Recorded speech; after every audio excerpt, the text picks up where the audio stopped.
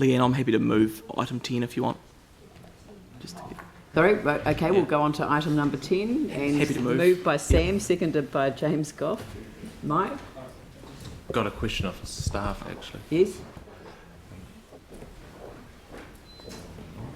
Yep.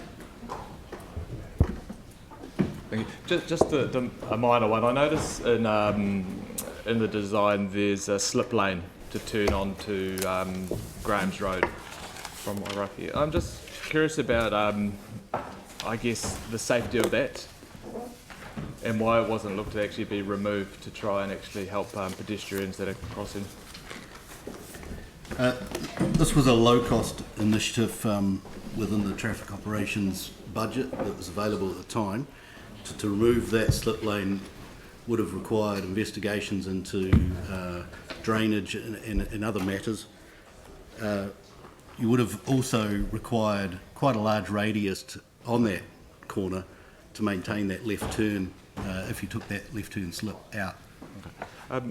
I guess I've seen some, that we've still retained along the Victoria Street one where we put in a pedestrian crossing. I'm just trying to work out as we move forward with slip lanes, because obviously they have an issue with people with visual disabilities. Have we ever looked at actually sort of what we were going to do to try and make them slightly safer for people that want to cross there without actually, with the cars that go through it?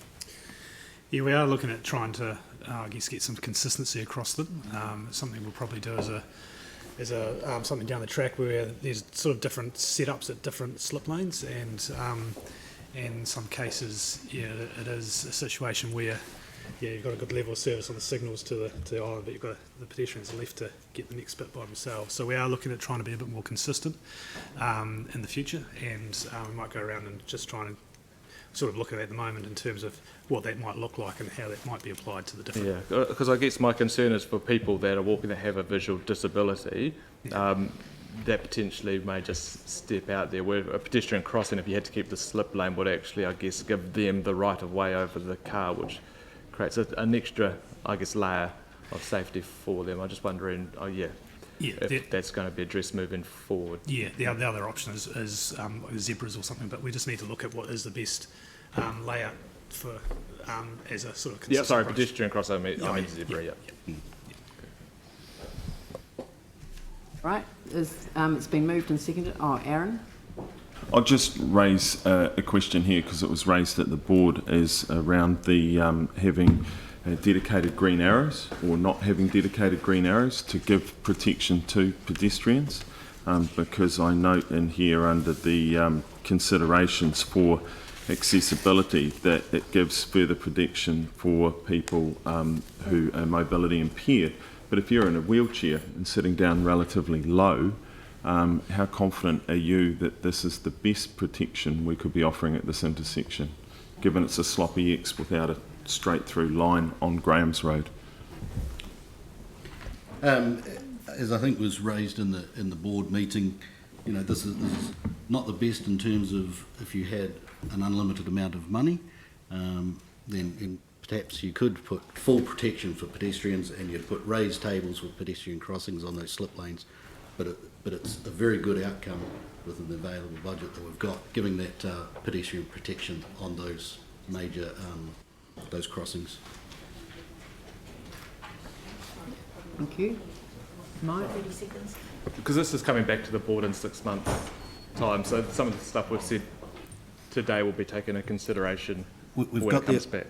Yes, we've got the opportunity to put in extra ducting now with this project, and then we can look at if there's any other features that we can add later on once we get sufficient data.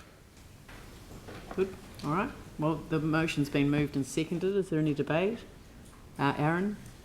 Yeah, so the issues that have been raised were raised at the board. The monitoring was put in for this because the board agreed that with the staff that this, given the budget, wasn't the best outcome, that it's the best for the budget, but if there was a bigger budget for this intersection, given that this is the second most dangerous intersection in my ward, we did support it.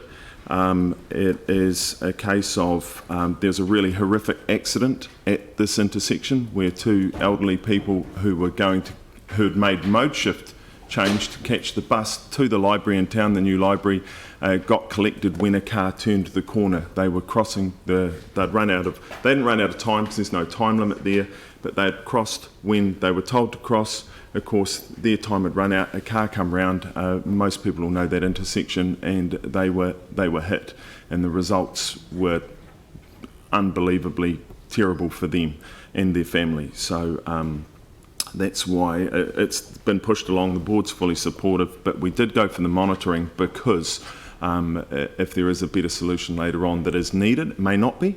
So let's see what that looks like, but it's a good outcome for the budget. I'll put the motion. All those in favour say aye. Aye. Those opposed say no. That's carried. We'll move on